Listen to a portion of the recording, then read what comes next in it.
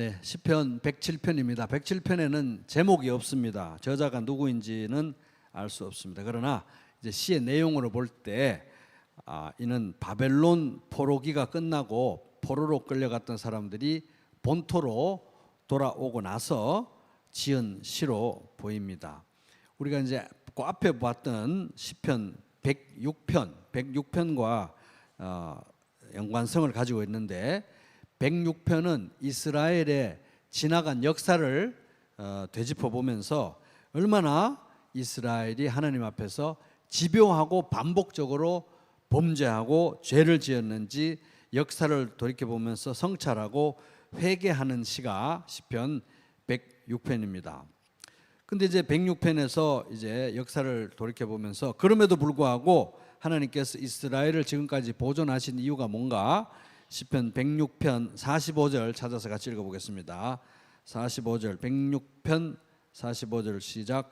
그들을 위하여 그의 언약을 기억하시고 그 크신 인자하심을 따라 뜻을 돌이키사 46절 시작. 그들을 사로잡은 모든 자에게서 긍휼히 여김을 받게 하셨도다.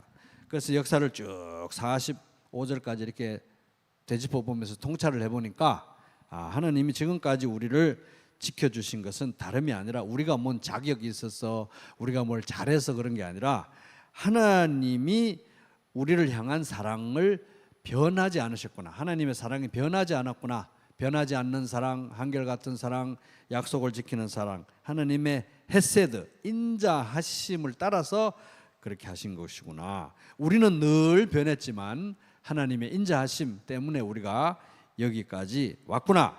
이제 그것을 이제 통찰하게 된 거죠. 그러면서 현재적으로 46절에 보면 그들을 사로잡은 모든 자에게서 긍휼히 여김을 받게 했다. 심지어 바벨론 포로로 끌려와 있는 이 동안에도 하나님은 우리를 이 심판의 와중에서도 우리를 포로로 잡아온 이 사람들에게서 긍휼히 여김을 받게 해주셨구나. 예를 들면 뭐 감옥에 들어갔는데 감옥의 간수에게 긍휼히 여김을 받게 해주셨구나. 그래서 106편 시인의 역사적 통찰은 이스라엘의 역사는 결국 한마디로 하면은 하나님의 헤세드의 역사구나 하는 것이었습니다. 그러니까 헤세드, 하나님의 인자하심은 이스라엘 역사를 해석하는 해석의 열쇠, 역사 해석의 열쇠가 되는 거죠. 그리고 동시에 역사 해석의 열쇠가 되니까 하나님은 어제나 오늘이나 영원히 동일하신 분이니까 지금까지 그랬던 하나님이 앞으로도 그렇게 하실 거잖아요. 그러니까 이것이 또 희망의 열쇠가 되는 거예요. 역사 해석의 열쇠이면서 희망의 열쇠가 되는 겁니다. 그래서 이 시인은 역사를 통찰하고 나서 아직도 우리에게 희망이 있네. 하나님은 변하지 않으시니까. 그래서 그 헤세드에 의지해서 노골적인 기도를 합니다.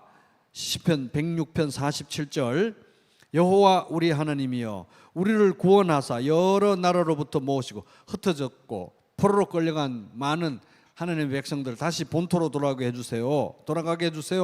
모으시고 우리가 주의 거룩하신 이름을 감사하며 주의 영예를 찬양하게 하소서. 주님 우리를 빨리 고향으로 돌아가게 해주세요. 이런 기도를 하고 있는 것입니다. 이제 이 기도가 응답이 됐습니다. 응답된 감격과 감사를 노래하는 게 시편 107편인데 1절 107편으로 와서 여호와께 감사하라 그는 선하시며 그 인자하심이 영원하미로다. 같이 시작.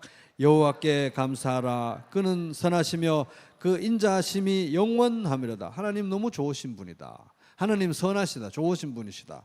그리고 그 하나님의 사랑은 변하지 않는구나. 영원히 변하지 않는구나. 헤세드는 정말 영원히 변하지 않는구나. 이렇게 노래합니다. 이렇게 보면은 이 헤세드라는 것은 지나간 과거 역사를 해석하는 역사 해석의 열쇠가 되고 현재 우리가 희망이 있을까? 희망의 열쇠가 되고 그 희망이 또 하나 성취돼가는 그 매일매일의 현실 속에서 감사의 제목이 되는 거예요. 이런 식으로 감사의 제목이 되는 것입니다. 감사와 찬양의 제목이요 주제가 되는 것이 헤세드다. 107편 2절 여호와의 송량은 이제 값을 지불하고 해방시켜 가지고 소유로 삼는 거잖아요. 여호와의 속량을 받은 자들은 이같이 말할지어다. 여호와께서 대적의 손에서 그들을 속량하사 동서남북 각 지방에서부터 모으셨도다. 이제 바벨론 땅에서 이제 하나님께서 이끌어 가지고 다시 본토로 회복시킨 이 상황을 얘기하는 겁니다. 속량이라는 단어는 과거 이제 모세가 이집트에서 출애굽 이제 시켰을 때 그때도 사용된 단어인데, 여기도 바벨론에서 해방된 이 사건에도 사용됐다는 건 뭐예요? 이거를 두 번째 출애굽으로 보는 거예요. 제2의 출애굽으로 본다는 것입니다. 그만큼 바벨론에서 바벨론으로 포로로 끌려갔던 사람들이 해방되어서 돌아온 사건은 너무너무 놀라운 사건, 너무너무 중차대한 사건입니다. 뭐냐 하면은 하나님이 이스라엘을 아직도 안 버리셨다 하는 거예요. 아직도 안 버리셨다. 너무너무 중요한 사건이라는 거예요. 보통 사건이 아니고 국가적 사건이고 영원히 기억해야 될 구속사적인 사건으로 보고 있는 것입니다. 제2의 출애굽. 그리고 이 제2의 출애굽인 바벨론에서의 이제 해방, 고향으로 돌아온 이 사건은 장차 앞으로 완성될 구원에 대한 그림이 됩니다. 그림. 왜냐하면 이 제2의 출애굽, 하나님의 선하심과 인자하심을 노래해야 될 이 어마어마한 사건, 너무너무 놀라운 구원의 사건인데 이제 냉정하게 현실을 보면은 첫 번째 출애굽과 비교했을 때 미미하죠. 그때에 비해서는 초라해요. 그때는 막 200만 명이 막 나왔는데 지금은 뭐 조금 나왔잖아요. 오고 싶은 사람만 온 거예요, 지금은. 그리고 미미하고 어떻게 보면 서글픈 사건이고, 왜냐하면 이제 출애굽 때는 막 희망이 있었잖아요. 그런데 바벨론에서 돌아온 거는 쫄딱 망했다가 살아남은 자들이 돌아오는 거예요. 그러니까 좀 미미하고 서글픈 사건이고, 어쩌면 그러니까 이제 하나님의 선하심과 인자하심을 노래해야 될 엄청난 구원의 사건이긴 한데 현실을 보면 그렇다는 거예요. 그리고 또 막상 돌아와 보면 현실이, 눈앞에 닥쳐진 현실이 뭐 대단하게 편한 상황이 아니고, 현실이 아니고 허허벌판에 황폐함 속에 다시 성전도 짓고 성벽도 짓고 자기 집도 짓고 이래야 되는 아주 서글프기 거지없는 그런 상황이었기 때문에 하나님의 인자하심과 선하심을 노래하지만 이게 다가 아니다. 이게 다일 수가 없다. 장차 이 구원은 완성될 것이다. 진짜로 완성될 것이라는 아쉬움과 기대를 촉발시킬 수밖에 없는 그런 상황이고 노래였다는 거예요. 그래서 이제 앞으로 다가올 구원에 대한 그림을 그려줍니다, 이 시가. 그래서 이 시에 이어지는 부분 4절부터는 바벨론 포로 생활하던 이스라엘 백성이 포로된 땅에서 해방되어 가지고 본토로 돌아온 이 놀라운 구원은 이러하게 비유할 수 있다. 그림을 그려주고 있어요. 네 가지 놀라운 구원의 그림을 그리면서 이 해방된 사건, 포로들이 돌아온 사건은 이런 그림으로 비유할 수 있다. 그래서 4절에서 9절에는 광야에서 길을 잃었던 나그네가 이제 건지심을 받은 내용이다. 그게 비유할 수 있다.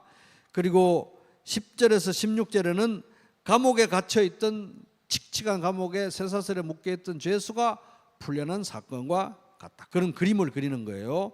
그 다음에 17에서 22절에는 병들어서 죽게 된 자가 구원을 받은 것과 같은 사건이다. 17에서 22절. 그 다음에 23절에서 32절에는 풍랑을 만난 사람들이 구출을 받은 것과 같은 사건이다. 이렇게 이제 네 가지 그림을 그려주고 있고, 그 다음에 오늘 이제 보게 될 33절부터 42절까지는 지금까지 내용을 우리가 봤는데, 여기에서 지금까지 우리가 노래한 이 내용에서 배울 수 있는, 그리고 또 볼 수 있는 하나님은 어떤 분인가를 이제 여기서 노래하고 있는 거예요. 하나님은 이런 분입니다. 지금까지 내용을 볼 때 하나님은 이런 분입니다. 이걸 노래하고 있는 거예요. 그리고 제일 마지막 43절은 이 모든 내용을 결론을 지으면서 이 시를 읽는 사람들에게 교훈적인 어떤 지혜의 권면의 말을 던지고 끝을 냅니다. 자, 그래서 이제 하나님은 어떤 분인가? 33절부터 42절에 나와 있는 이 하나님은 어떤 분인가? 이제 살펴보겠습니다.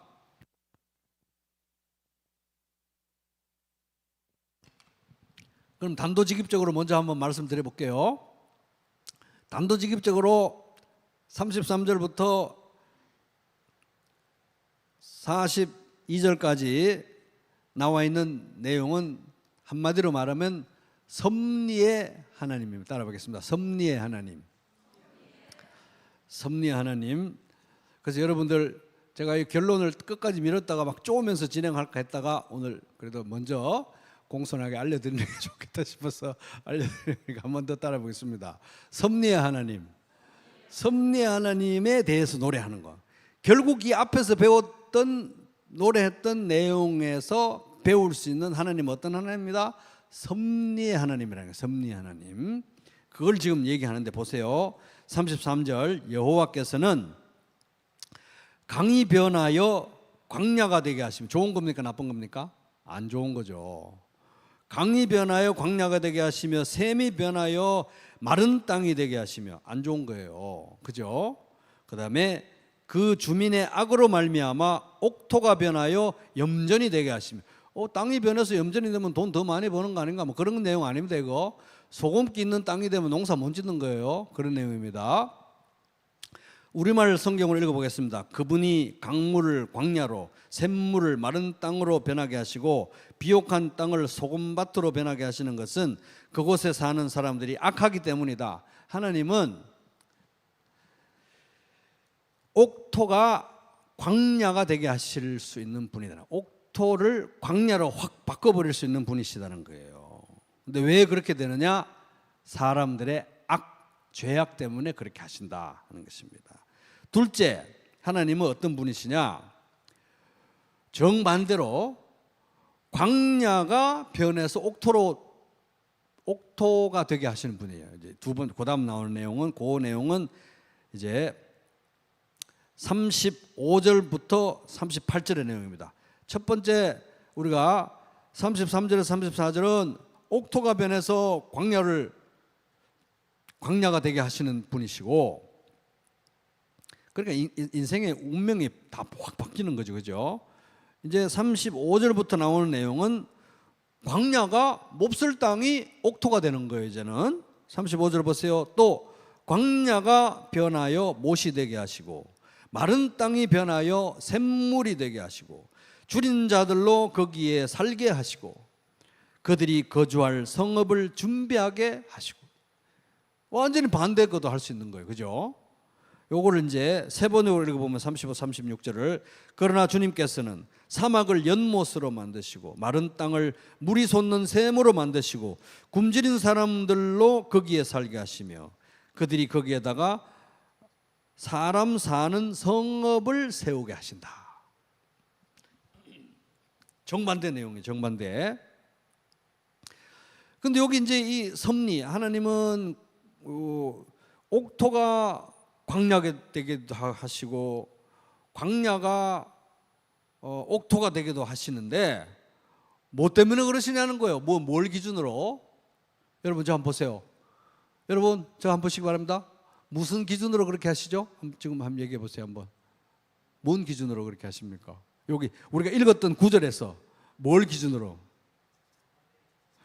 나쁜 쪽으로 가는 거는 옥토가 광야가 되게 하시는 거는 그 원인이 나와 있어요. 34절에 보세요.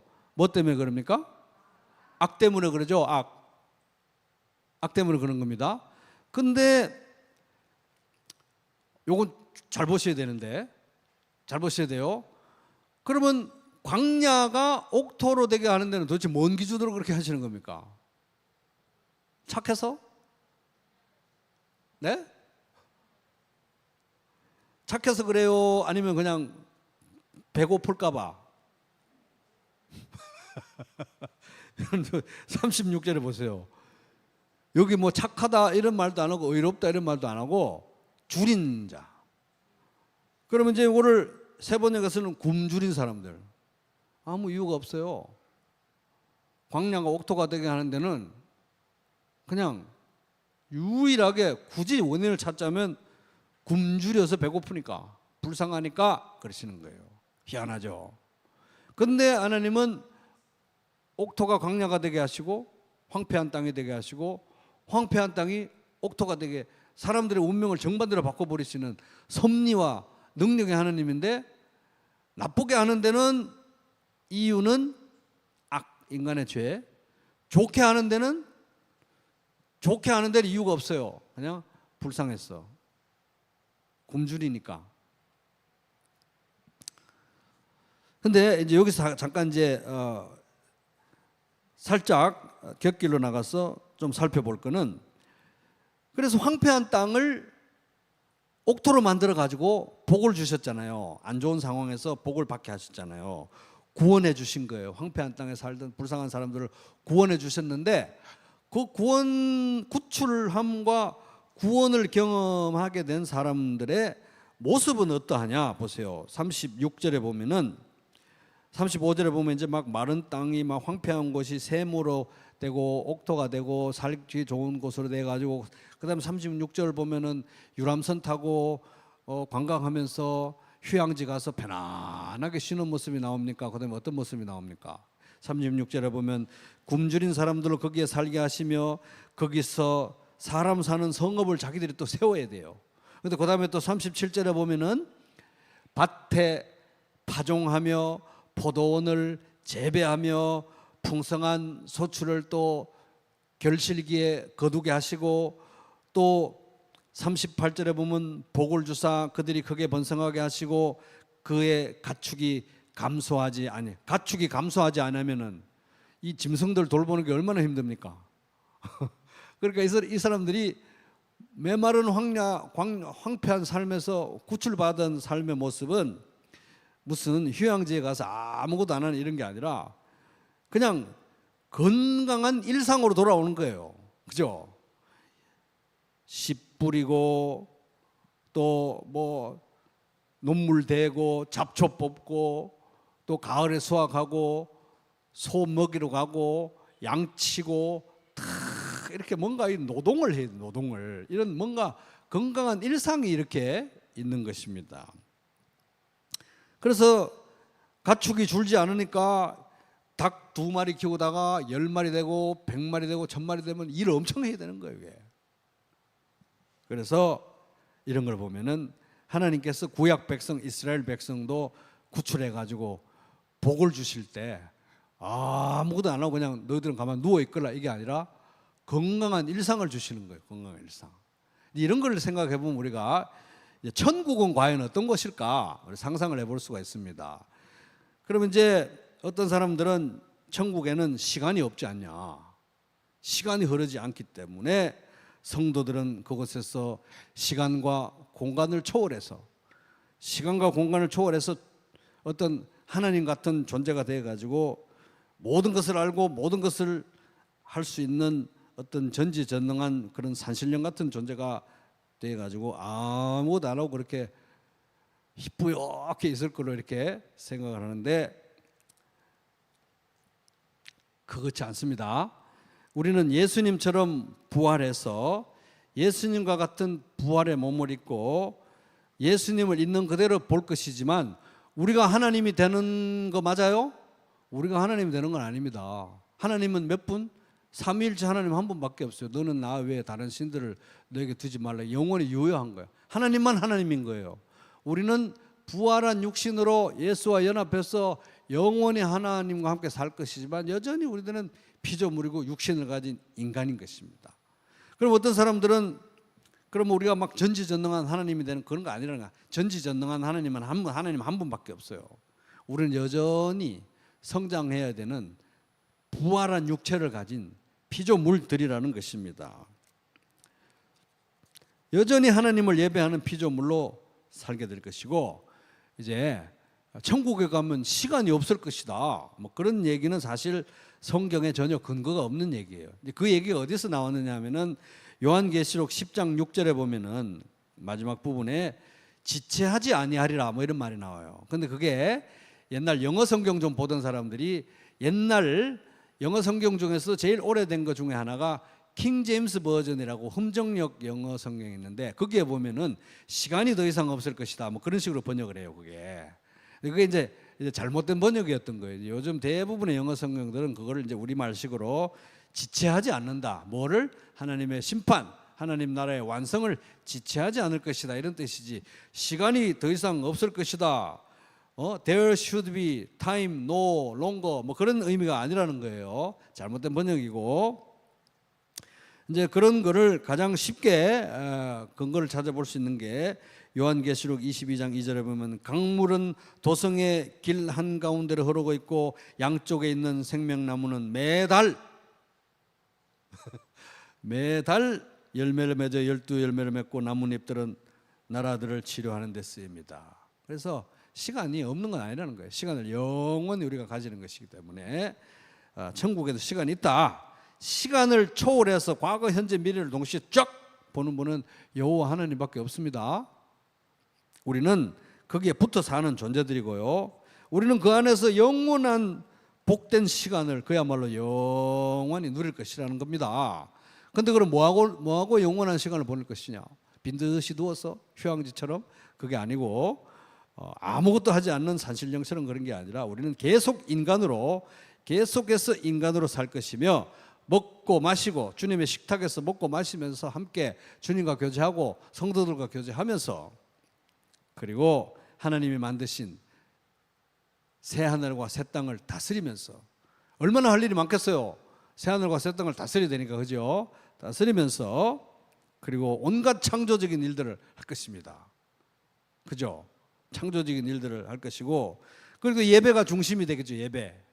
예배를 많이 드릴 거예요. 예배를 드리는데 음악도 있을 거예요. 음악. 그리고 노래 지금부터 잘해놓는 게 좋습니다.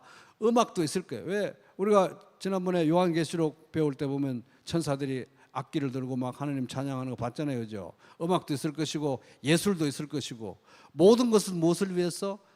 예수 그리스도와 삼위일체 하나님의 영광을 위해서 한다는 것입니다.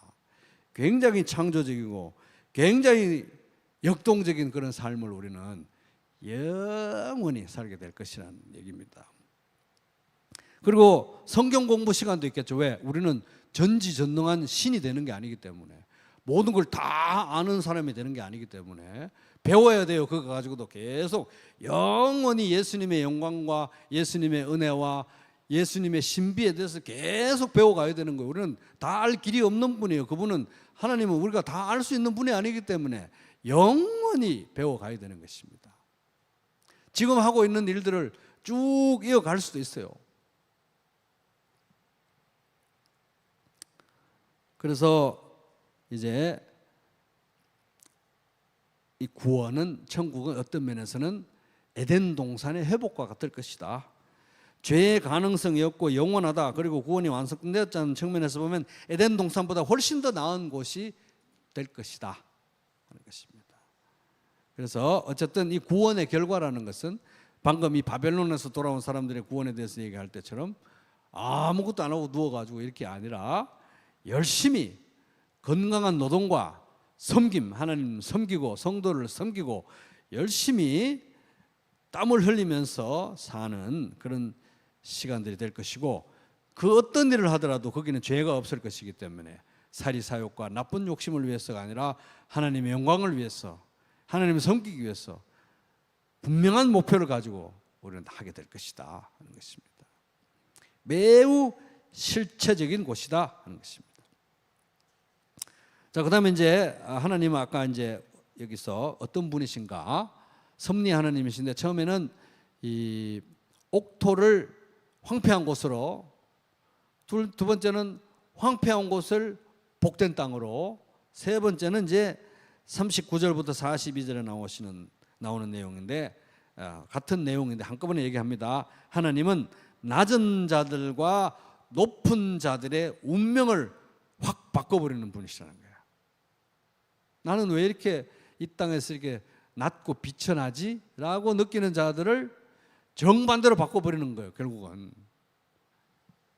인간의 운명을 정반대로 바꾸는 분이시다. 39절, 다시 압박과 재난과 우환을 통하여 그들의 수를 줄이시며 낮추시는도다. 세 번으로 읽어보면 그들이 억압과 고난과 걱정 근심 때문에 수가 줄어들고 비천해질 때 약자들이 이제 이 강자들의 압박과 또 학대를 통해서 걱정 근심하고 수가 줄어들 때 어떤 일이 일어나느냐. 40절, 여호와께서 고관들에게, 그들을 학대하는 소위 높은 자들, 높다고 하는 그들 고관들에게 능욕을 쏟아부으시고 길 없는 황야에서 유리하게 하시니, 높은 자들과 낮은 자들의 운명을 정반대로 바꾸시는 분이시라는 거예요. 섭리의 하나님이라는 겁니다. 섭리의 하나님. 요거를 40절을 세 번에 올리면 주님께서는 높은 자들에게 능력을 부으시고 그들을 길 없는 황무지에서 헤매게 하셨지만, 41절 같이 읽겠습니다. 시작. 궁핍한 자는 그의 고통으로부터 건져주시고 그의 가족들 양떼같이 지켜주시는, 그의 가족을 양떼같이 지켜주시는. 그래서 높은 자들과 낮은 자들의 운명이 확 뒤바뀌는데, 높은 자들이 낮아지고 수치를 당하는 데는 확실히 원인이 있죠. 왜? 약자들을 괴롭히고 사람들에게 악을 행했기 때문입니다. 그런데 낮은 자들이 높은 자들로 운명이 확 바뀌는 데는 뭔 기준으로 하나님이 이 섭리의 능력을 행하십니까? 어떤 기준입니까? 41절에 그 답이 있습니다. 여기 나와 있는 기준이라고는 이들이 뭐 착해서 선을 행했기 때문에 도덕적이기 때문에 훌륭해서 그런 게 아니고요. 유일한 기준은 궁핍한 자, 고통받는 자, 이거밖에 없어요. 궁핍하고 가난해서 살리시고, 궁핍하고 가난해서 복 주시고, 궁핍하고 가난해서 높이시는 거예요. 이게 하나님의 섭리의 방향인 것입니다. 어떤 인간적인 자격이나 내세울 건 없습니다. 궁핍함 41절, 굶주림 36절, 이게 이유인 것입니다. 근데 이거는 궁핍함과 굶주림과 가난함은 객관적인 상태이기도 하지만 사실은 하나님 앞에서 주관적인 자기 인식이에요. 주관적인 자기 영적 상태에 대한 인식이기도 한 것입니다. 나는 하나님 앞에서 나는 내 운명을 내가 개척할 수 있어. 이렇게 마음이 높은 자들은 절대로 하나님의 구원을 경험할 수 없습니다. 그런데 하나님 앞에서 자기가 얼마나 궁핍하고 초라하고 또 굶주리고 배고프고 목마르고 가난한지 아는 사람, 그래서 하나님 저를 도와주십시오, 불쌍히 여겨주십시오 하는 사람들은 높여지고 구원받고 세워진다는 것이죠. 그게 하나님의 섭리의 방향인 것입니다. 그럴 때 어떤 결과가 나타나느냐. 42절 시작. 정직한 자는 보고 기뻐하며 모든 사악한 자는 자기 입을 봉하리로다. 여기 이제 정직하다, 이거는 이제 여기서 뭐 도덕적으로 거짓말 한마디도 안 하고 그런 정직함만 얘기하는 게 아니라 하나님 앞에서 바르다는 거예요. 바르다. 하나님 앞에서 바르다. 하나님 앞에서 뭐가 바릅니까? 하나님과의 관계가 바른 거예요. 하나님 앞에서 절대적 기준으로 객관적으로 바를 수 있는 사람은 없거든요. 하나님과의 관계가 바른 거예요. 하나님과의 관계가 바르다는 건 뭡니까? 내가 하나님 앞에서 얼마나 약하고 악하고 추하고 괴롭고 배고프고 궁핍하고 가난한 존재인지 알기 때문에 주여 도와주십시오, 살려주십시오, 이게 하나님과의 관계가 바른 거예요. 그거 말고는 하나님과의 관계가 바른 게 없어요. 왜냐하면 그것이 진짜 정직함이기 때문에. 그런 바른 사람들은, 하나님 앞에서 자기가 어떤 존재인지 알고 하나님을 의지하는 자들은 이 하나님의 섭리를 보고 다 기뻐할 것이지만, 사악한 자들, 나는 하나님 뭐 그렇게 필요 없고 필요해도 한 절반 정도만 필요하고 내가 다 알아서 합니다, 이런 사람들은, 하나님 앞에 그런 태도를 가진 모든 사람들은 입을 봉하게 될 것이다 하는 것입니다.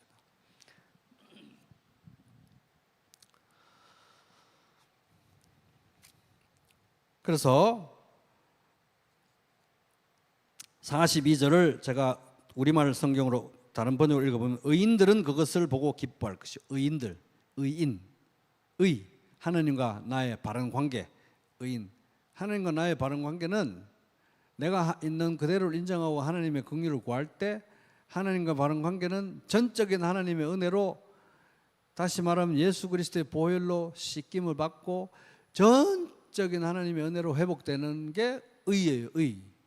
그런 의로운 자들은, 전적인 하나님의 은혜를 입은 자들은 이 하나님의 섭리를 보고 기뻐할 것이요, 그것이 필요 없다고 하나님 앞에 고개를 드는 자들은, 다 악인들은 입을 다물게 될 것이다 하는 것입니다.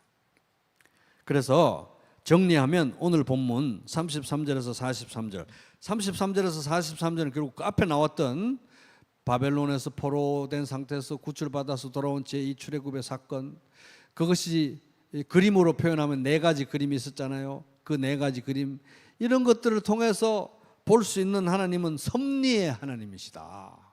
섭리의 하나님이시다. 섭리 가운데 우리에게 은혜를 베푸시는 하나님이라는 게 여기에 나타나 있는 거예요.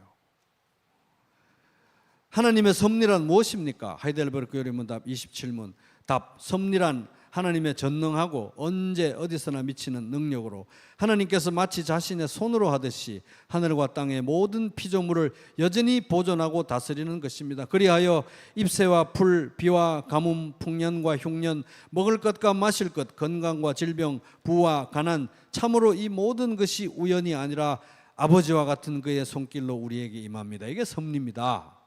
그래서 이 요리문답을 쓴 우르시누스가 이렇게 말합니다. 섭리란 하나님께서 그의 피조물들에게 모든 선한 일을 이루시며 악한 일들이 행해지는 것을 허용하시되 선하고 악한 모든 것들에 역사하사 그 자신의 영광과 그의 백성들의 구원을 이루시도록 하는 영원하고 지극히 자유로우시며 불변하고 지혜롭고 의롭고 선한 하나님의 계획이다. 그래서 결국 이 이스라엘의 역사, 또 특별히 바벨론에서 구출받아서 본토로 돌아온 이 역사, 이 아름다운 스토리를 보면은 하나님의 섭리라는 거예요. 우리는 악했고, 우리는 죄를 지었고, 우리는 약속을 어겼고, 우리는 언약을 지키지 않았는데도 불구하고 하나님께서 우리를 긍휼히 여기셔가지고 모든 일 가운데 합력해서 선을 이루시는데, 그 선이 우리에게 베푸시는 은혜의 방향으로 선을 이루셨다. 이게 보통 일이 아닌 것입니다. 도대체 왜 우리에게 이런 일을 행하시냐는 거예요. 이해할 수 없는 하나님의 섭리가 여기에 구원의 역사에 나타났다. 바벨론에서 포로되었던 자들이 돌아온 이 사건에. 근데 아까 이제 언급했듯이 현실은 아직도 성전도 완성되지 않았죠. 성벽도 지어야지. 모든 것이 불완전하기 때문에 이 섭리는 장차 온전한 성취 가운데로 나아가야 되잖아요. 아직은 지금 완성이 아니에요. 그런데 이 시가 보여주는 건 뭡니까? 이걸 보니까 앞으로 장차 하나님이 완성하실 구원은 바로 이런 방향으로 되겠구나, 이거예요. 전적으로 우리는 쫄딱 망해서 황야에, 황무지 같은 곳에, 메마른 땅에 내동댕이 쳐져 있었는데, 우리가 세워지고, 우리가 회복되고, 우리가 높여지고, 우리가 복을 받은 것은 뭐다? 불쌍해서, 가난해서, 너무 가엾어서 이렇게 된 거예요.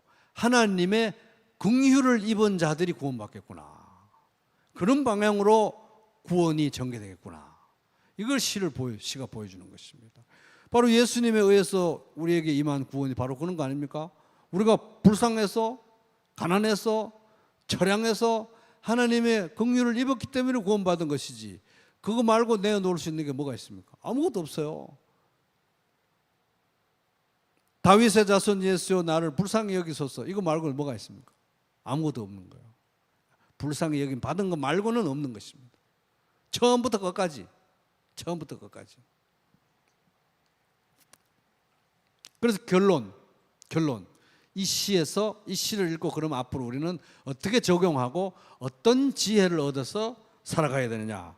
43절 같이 읽겠습니다. 시작. 지혜 있는 자들은 이러한 일들을 지켜보고 여호와의 인자하심을 깨달으리로다. 이런 걸 잘 묵상하고 잘 지켜보고 지혜 있는 자들은 맥을 꿰뚫으라 이거예요. 뭔 맥입니까? 역시 인자하심, 헤세드, 변하지 않는 사랑, 하나님의 한결같은 사랑, 이거 말고는 없구나. 이걸 깨달으라 이거예요. 이걸 깨달으라. 우리가 의지해야 될 거, 우리가 자랑해야 될 거, 우리가 내세워야 될 거, 우리가 힘들 때 붙들어야 될 거는 아무것도 없구나. 염치 없지만 정말 아무것도 없구나. 다윗의 자손 예수여 나를 불쌍히 여기소서. 이거 말고는 없구나. 하나님의 인자하심 말고는 없구나.